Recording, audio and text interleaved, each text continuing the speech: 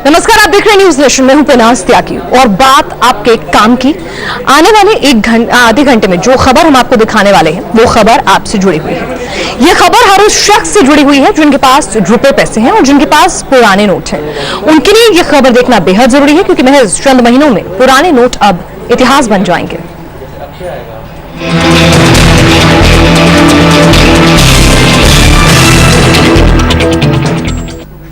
अगर आप 2005 से पहले के रुपए इस्तेमाल कर रहे हो तो जरा होशियार हो जाइए क्योंकि अब ये नोट बाजार में नहीं चलेंगे। आरबीआई ने नए दिशा निर्देश जारी किए हैं जिसके तहत 31 मार्च 2014 के बाद ऐसे नोटों के इस्तेमाल पर रोक लगा दी जाएगी। काला धन रखना अब आसान नहीं होगा क्योंकि काले धन पर नकेल कसने के लिए रिजर्व बैंक ऑफ इंडिया ने एक नया रास्ता ढूंढ निकाला है। रिजर्व बैंक ने 9 साल से ज्यादा पुराने नोट पर रोक लगाई है, यानी 2005 से पुराना अगर कोई भी नोट आपके पास है तो उसे पास के किसी भी बैंक में जाकर बदलना पड़ेगा। आरबीआई ने अपने ताजा फरमान में कहा है कि 31 मार्च के बाद साल 2005 के पहले के नोट बंद किए जाएंगे। ग्राहक 1 अप्रैल 2014 से बैंकों में जाकर 9 साल पुराने नोट बदल सकते हैं। बैंक सिर्फ अपने ग्राहक से ही नहीं बल्कि और दूसरे लोगों से भी नोट बदलेंगे। आपको बता दें कि 2005 के पहले के नोटों की पहचान कैसे की जा सकती है। 2005 के पहले छपे नोटों पर प्रिंटिंग का साल नहीं छपा है, वहीं 2005 के बाद छपे नोटों में आप साल देख सकते हैं।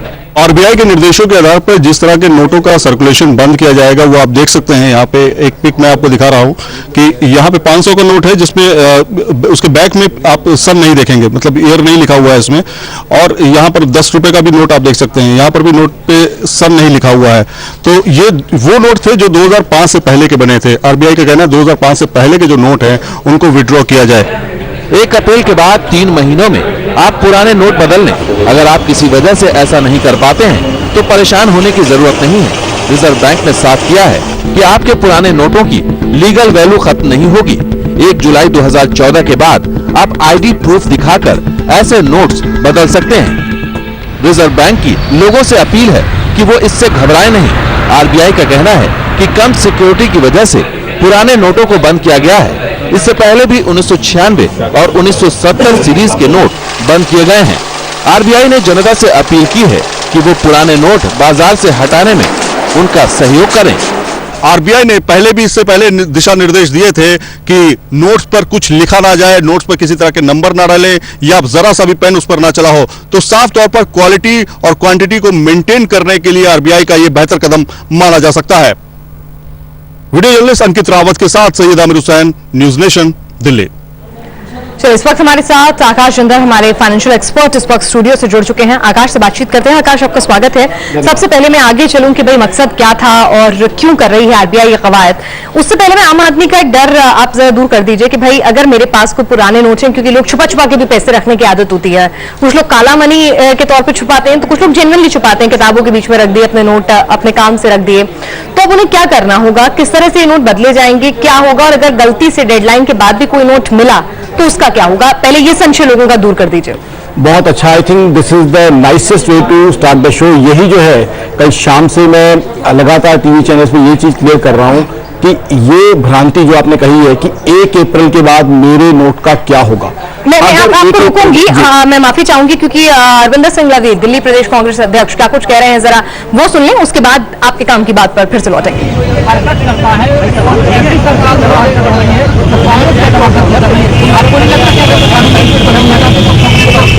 कानून मंत्री के खिलाफ कानूनी कार्रवाई होगी, क्यों नहीं होगी? कानून अपनी जगह है, कांग्रेस को कानून अपनी कार्रवाई करे, इसके लिए जो करना पड़ेगा। अगर सड़कों पे उतरेगा तो सड़कों पे भी कांग्रेस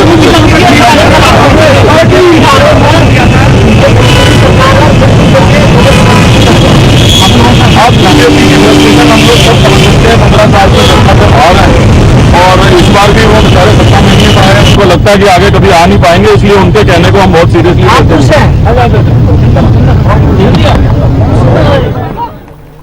चलिए, तो यहाँ पर अरविंदर सिंह लवली कह रहे हैं कि इस्तीफे की मांग उन्होंने एलजी के सामने कहा कि इस पूरा मामला है, पूरा प्रकरण है, उसमें आप निष्पक्ष भूमिका निभाएं, ये मांग लेकर वो गए हैं। साथ ही बीजेपी जो आरोप लगा रही है कि कांग्रेस और आपका ये स्टेज ड्रामा है, ये साठगांठ है, दोनों एक दूसरे की एबी टीम है, तो उस पर उन्होंने कहा कि बीजेपी की खिस्साहट है, मलाल है, 15 साल से सत्ता से बाहर है। बहरहाल ये क्या कुछ आगे मामला तूल पकड़ेगा, क्योंकि जिस तरह के तल्ख तिवल कल कांग्रेस अध्यक्ष ने अपनाए हुए थे कि समर्थन वापस ले लेंगे अगर इस्तीफा नहीं हुआ कानून मंत्री का, दिन भर के अपडेट से आपको रूबरू कराते रहेंगे। लेकिन एक बार फिर से लौटते हैं आपके काम की बात पर और आपके काम के मुद्दे पर, जिस पर हम अपना ये स्पेशल शो कर रहे हैं। आकाश जिंदल हमारे साथ हैं। आकाश जिंदल, आप बता रहे थे कि क्या होगा मेरे नोट का 1 अप्रैल से। 1 अप्रैल के बाद अगर 2005 से पहले का नोट है, 2005 से पहले के नोट को आइडेंटिफाई करने का तरीका है कि उसके रिवर्स में जो है नीचे साल नहीं प्रिंट हुआ है, तो कहीं पे आपको घबराने की जरूरत नहीं है। आप अपने बैंक में जा सकते हैं,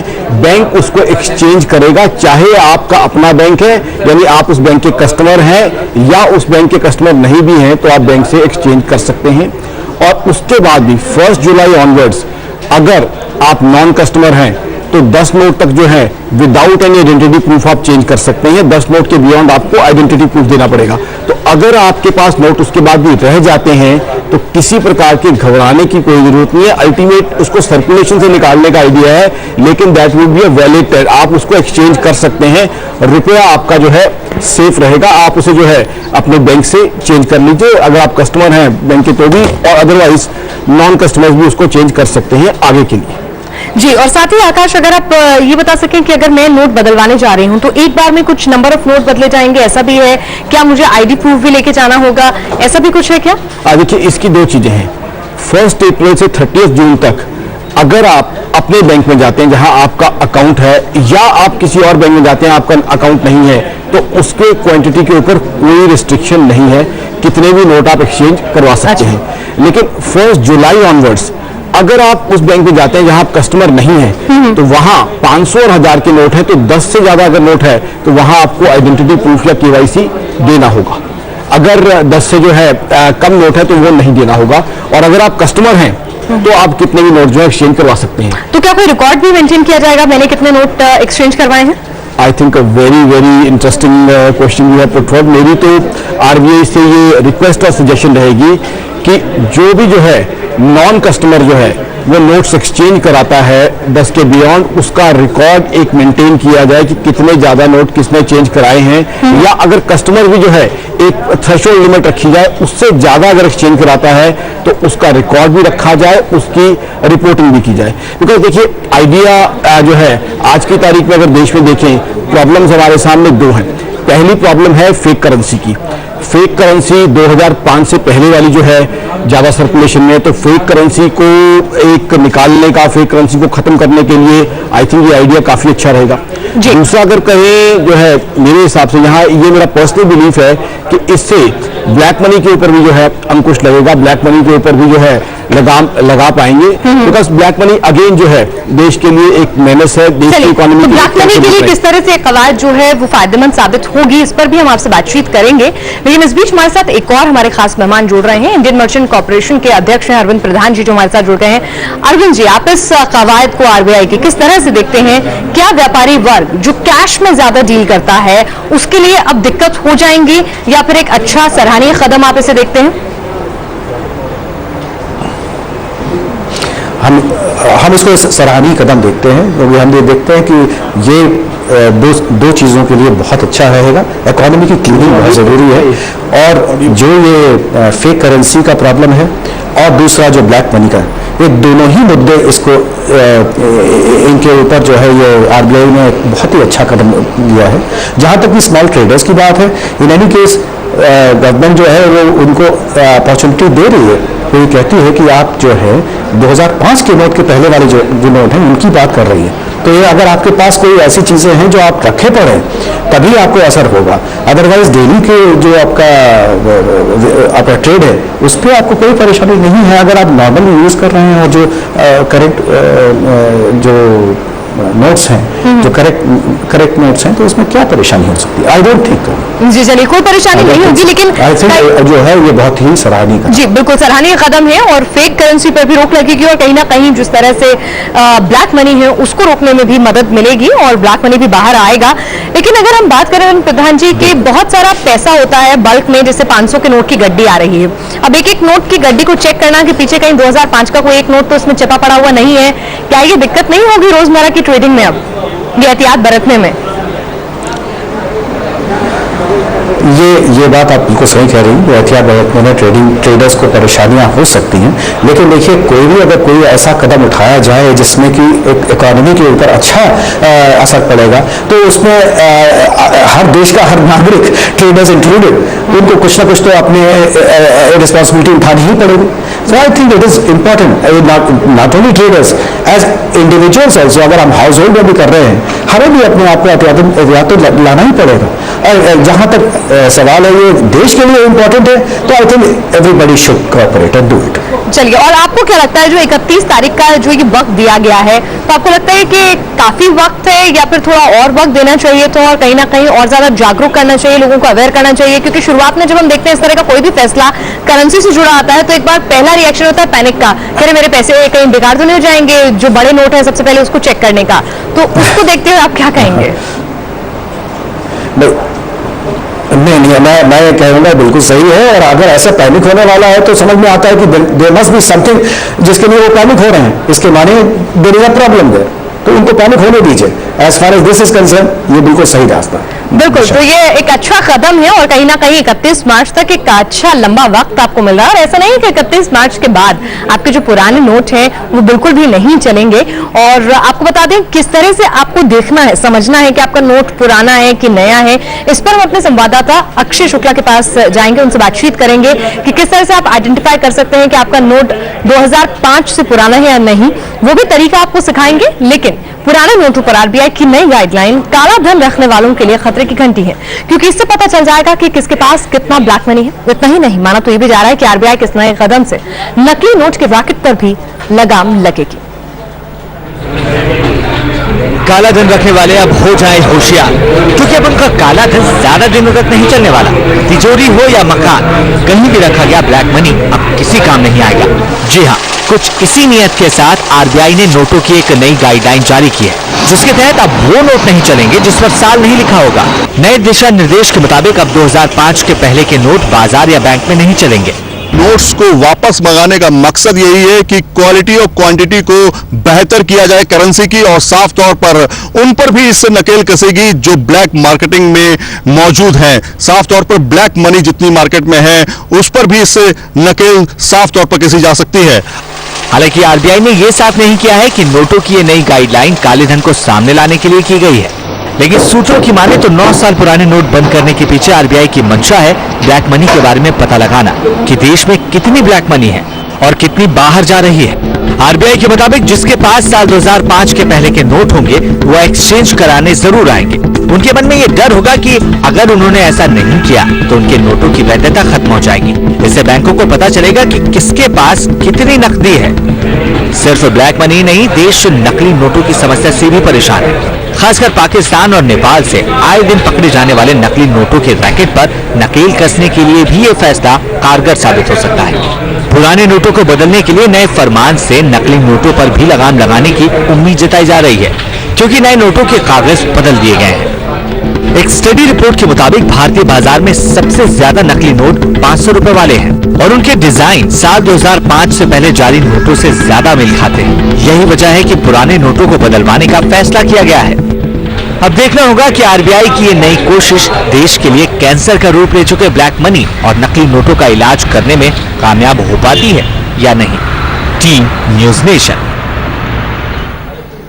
चलिए, हमारे साथ हमारे संवाददाता अक्षय शुक्ला भी लगातार जुड़े हुए हैं। अक्षय, मैं आपसे समझना चाहूंगी कि आप हमारे दर्शकों को समझा सकें कि अगर मेरे पास कोई नोट है वो 2005 से पुराना है या नहीं, ये मैं कैसे आइडेंटिफाई करूं, कौन से वो चिन्ह होंगे जो बताएंगे नए और पुराने का फर्क? देवना, सबसे पहले मैं बता दूं कि अगर आपके पास मेरी तरह जैसे अभी इस वक्त मेरे हाथों में ढेर सारे नोट हैं तो अपने आप चेहरे पर खुशी होगी, लेकिन आपकी यही खुशी आपकी परेशानी बन सकती है, आपके चेहरे पर शिकन ला सकती है। अगर आपके पास वो नोट है जो 2005 2005 से पहले छपे हुए हैं, लेकिन आप गाइडलाइंस जो आरबीआई ने नई जारी की है उसे अनदेखा कर देते हैं। ऐसा इसलिए हो रहा है क्योंकि नोट बदलना आप जरूरी कर दिया है, आरबीआई ने गाइडलाइन जारी कर दी है जो 1 अप्रैल से शुरू होगी ये कवायद, उसके बारे में बताएंगे। लेकिन उससे पहले बता देते हैं कि नोट आप पहचाने कैसे। देखिए ये 1000 का नोट है। 1000 का नोट जाहिर सी बात है कि ये 2005 के बाद छपे हैं, तो इस पर वो सन जिसकी हम बात कर रहे हैं, जो आरबीआई कह रहा है, वो अंकित होगा। मैं अपने कैमरा पर्सन से कहूंगा कि वो आपको जूम करके दिखाएं। यहां ठीक बीचों बीच यहां लिखा हुआ है साल 2012, यानी ये 2 साल पहले छपा हुआ नोट है, तो ये नोट अभी भी वैध होंगे। और उसके अलावा पुराने जो 2 नोट है, 500 के नोटों की अगर हम बात करें तो मेरे पास 500 के इस वक्त 2 नोट है। इनमें आप देख सकते हैं कि एक नोट उस पर लिखा हुआ है साल 2009, यानी ये नोट साल 2009 में छपा हुआ था और इसकी वैधता अभी भी रहेगी। इसे बदलने की मतलब कोई जरूरत नहीं है आरबीआई के नए गाइडलाइंस आने के बावजूद। लेकिन ये जो दूसरा नोट है, इस नोट पर साल कहीं भी नहीं लिखा हुआ है, यानी ये वो नोट है जो साल 2005 से पहले छपे थे। और इन्हीं नोट्स को, इसी तरीके के जितने भी नोट्स हैं, इसे बदलने की अब गाइडलाइन आरबीआई ने जारी कर दी है। अब इसे पहचाने कैसे और कहां पर ये जो सन है वो लिखे होते हैं, ये भी गौर करना जरूरी है। देसी भाषा में अगर समझाएं फिनास, तो जिस तरीके से हम नोट को बीच से फोल्ड करते हैं, बीच से मोड़ते हैं, जैसे ही हम मोड़ेंगे तो बीचों बीच जो लाइन आती है, इसी को अगर आप सीधा करके देखें तो ठीक बीचों बीच आपको दिखेगा जो साल है, जहां पर जिस साल पर ये नोट छापा गया है। ये देखिए, ये साल 2009, अगर मैं इसे नोट को फोल्ड करूं तो बिल्कुल वहीं पर आएगा, ठीक वहीं पर आएगा जहां पर इसकी लकीर आती है नोट को मोड़ने के बाद। और ये अब आपको समझना होगा कि अगर आपके नोट पर साल अंकित है, यानी वो नोट जो है वो साल 2005 के बाद जारी हुआ है और ये अभी भी वैध रहेगा। और अगर आपके पास नोट है, आप बदल नहीं पा रहे हैं, 1 अप्रैल से जब बदलने की बात कही जा रही है, तो भी घबराने की जरूरत नहीं है। ऐसा नहीं है कि उसे आप बदल नहीं पाएंगे, क्योंकि आरबीआई की जो नई गाइडलाइन है उसके मुताबिक आप 1 जुलाई के बाद भी नोट बदल सकते हैं, जब तक अगला आदेश नहीं आता कि आखिर आप कब तक बदल सकते हैं। लेकिन हाँ, उसके साथ कुछ कंडीशंस अप्लाई हो जाएंगे। कंडीशंस इस तरीके की हैं कि 1 जुलाई के बाद आप जब नोट बदलने जाएंगे तो 10 नोट से ज्यादा नोट अगर आप लेकर जाते हैं, 500 या 1000 के, तो आपको अपने साथ एक फोटो आईडी कार्ड ले जाना होगा, आपको अपना एड्रेस प्रूफ ले जाना होगा। तो ये तो बात हुई पिनाज कि किस तरीके से आप नोटों को पहचान सकते हैं। शुक्रिया अक्षय, ये आपने बहुत ही काम की बात हमारे दर्शकों को बताई है, क्योंकि शायद ही हम कभी ये देखते हैं नोट साफ है, सही है, कहीं से टेप तो नहीं लगी हुई है, कहीं से मुड़ा हुआ तो नहीं है, फटा हुआ तो नहीं है, ये तो हम सब देख लेते हैं, लेकिन उस पर साल अंकित है या नहीं है, ये शायद ही कभी किसी ने सोचा हो या गौर किया हो। हमारे साथ लगातार हमारे 2 मेहमान जुड़े हुए हैं, आकाश जिंदल भी हैं और अरविंद भी हमारे साथ जुड़े हुए हैं। मैं सीधा चलती हूँ अरविंद के पास। प्रधान जी, मैं आपसे अगर जानना चाहूँ या फिर समझना चाहूँ कि आरबीआई का कदम सराहनीय है, लेकिन आपको लगता है या कहीं ना कहीं थोड़ी सख्ती भी नोट को बदलने के दौरान फॉलो करनी चाहिए ताकि ब्लैक मनी भी लोगों की बाहर आ सके? As a matter of fact, जैसे कि आरबीआई की गाइडलाइन जैसे बताई जा रही हैं कि पर्टिकुलर डेट के बाद अगर आदमी आता है तो उसको अपना KYC देना पड़ेगा, तो नेचुरली वो सख्ती उसके अंदर बनी हुई है, इस पॉलिसी में बनी हुई है। हाँ, ये ज़रूर मैं कहूँगा कि कठिनाइयाँ आएंगी, क्योंकि ये सिर्फ मेट्रोपॉलिटन या बड़ी बड़ी सिटीज़ के लिए ही नहीं है, ये तो पूरे हिंदुस्तान के लिए ये गाइडलाइन बनी है। और रूरल एरियाज ऐसे हैं जहाँ पर कि लोग बहुत कुछ समझ नहीं पाएंगे इनिशियली, और मेरे ख्याल से आरबीआई को एक एडवर्टाइजमेंट बिट्स करना पड़ेगा, इंफॉर्मेशन देनी पड़ेगी एज मच एज पॉसिबल, जिससे कि जहां तक हो सके वो कठिनाइयां सहूलियत में बदल जाएं। चलिए, तो क्या कुछ कदम उठाने चाहिए, उस पर भी हम लोग चर्चा करेंगे आपसे आगे, किस तरह से इस पूरी कवायद को एक स्मूथ तरीके से अंजाम दिया जा सकता है। हमारे साथ आकाश जिंदल भी लगातार जुड़े हुए हैं। आकाश, अभी शुरुआत में अगर नोट बदलने हैं तो मुझे किसी भी तरह के आइडेंटिटी प्रूफ की जरूरत नहीं है और कितने भी नोट में बदल सकती हूँ, तो ब्लैक मनी तो कोई इस दौरान भी निकाल के उसे सही करा सकता है, तो क्या ये लूपहोल नहीं है इसके अंदर? अब देखिए, इसमें कुछ चेंजेस जो हैं मैं आरबीआई को रिक्वेस्ट करना चाहूंगा, सजेस्ट करना चाहूँगा, कुछ चेंजेस होनी चाहिए। अब 1 जुलाई ऑनवर्ड्स भी अगर आप मैं 1 जुलाई पे पहुंचता हूँ, 10 की रिस्ट्रिक्शन है। अब कोई व्यक्ति अगर कनॉट प्लेस जैसे एरिया में चला जाता है जहाँ 400-500 बैंक की ब्रांचेस हैं, 8-8, 9-9 नोट जो है अलग अलग ब्रांचेस से चेंज करना शुरू कर देता है, तो वो 1 लाख रुपए, 1.5 लाख रुपए भी चेंज कर सकता है। आई थिंक जो है नॉन कस्टमर्स के लिए मेरी आरबीआई को सजेशन और रिक्वेस्ट रहेगी कि 1 जुलाई ऑनवर्ड्स ये प्रोविजन होनी ही नहीं चाहिए। देखिए, आज देश में जो है बैंक अकाउंट हर व्यक्ति का खुला हुआ है या खुल जाएगा, क्योंकि हम डायरेक्ट बेनिफिट ट्रांसफर की बात कर रहे हैं सब्सिडीज की, तो उसके चलते हुए जो है हमारे इवन बीपीएल मित्रों के भी बैंक अकाउंट खुल जाएंगे। तो आई थिंक ये कस्टमर्स के लिए कर देना चाहिए, क्योंकि नॉन कस्टमर्स में फिर ऐसे लोग आ सकते हैं जो इस चीज को मिसयूज कर सके, अलग अलग बैंक्स में जा सके, अलग अलग ब्रांचेस में जा सकें, या अपने किसी एम्प्लॉय को भेज सके या फैमिली मेंबर्स को भेज सके। तो इन चीजों से वो करने के लिए मेरे हिसाब से 1 जुलाई ऑनवर्ड्स ये कर देना चाहिए कि only if you are a customer with the bank, अगर आपका बैंक में अकाउंट है तभी आप वहां से चेंज कर पाए। और दूसरी मेरी सजेशन ये रहेगी कि वहां इसकी जो है वो की जाए, इसको रिकॉर्ड किया जाए, इस चीज का जो है नोटिंग की जाए, इसका एक रिकॉर्ड रखा जाए कि कौन कौन चेंज करा के ले जा रहा है, और आगे जो है अगर एक थ्रेशोल्ड लिमिट से ज्यादा कोई चेंज कर रहा है तो उस चीज की रिपोर्टिंग भी आरबीआई को की जाए, तो ये जो है प्रक्रिया और ज्यादा कामयाब हो सकती है। आरबीआई ने जो कदम उठाए हैं सराहनीय कदम है। देखिए आज की तारीख में जो फेक करेंसी है वो देश के लिए कैंसर की तरह है। फेक करेंसी एक तो जिसकी जेब में बेचारे की आ जाती है उसका नुकसान है, दूसरा इन्फ्लेशन बढ़ाती है, महंगाई को फेक करेंसी बढ़ाती है, बिकॉज करेंसी जब बढ़ जाती है। कदम सराहनीय है, लेकिन बहुत सारे लूपहोल्स भी इसमें छूटे हुए हैं, और जिस तरह से हमारे साथ अरविंद प्रधान जी कह रहे थे कि जागरूकता भी लाने की जरूरत है, कहीं ऐसा ना हो कि जो ग्रामीण इलाकों के लोग हैं उन्हें पता ही ना चले और उनके पास पुराने नोट रह जाएं। तो जब तक जागरूकता नहीं होगी और सही ढंग से लोग अवेयर नहीं होंगे तब तक ये कदम पूर्णतः जो चेंज है, चेंज ओवर नहीं आ सकेगा। और आकाश जिंदल कुछ लूपहोल्स हाईलाइट कर रहे थे। बहरहाल एक अच्छा कदम हमारे दोनों ही मेहमानों ने इसे माना। आकाश आपका और अरविंद प्रधान जी आपका हमारी इस पूरी चर्चा में शामिल होने के लिए बहुत बहुत शुक्रिया। आगे बढ़ते हैं, बात मौसम के मिजाज की करते हैं।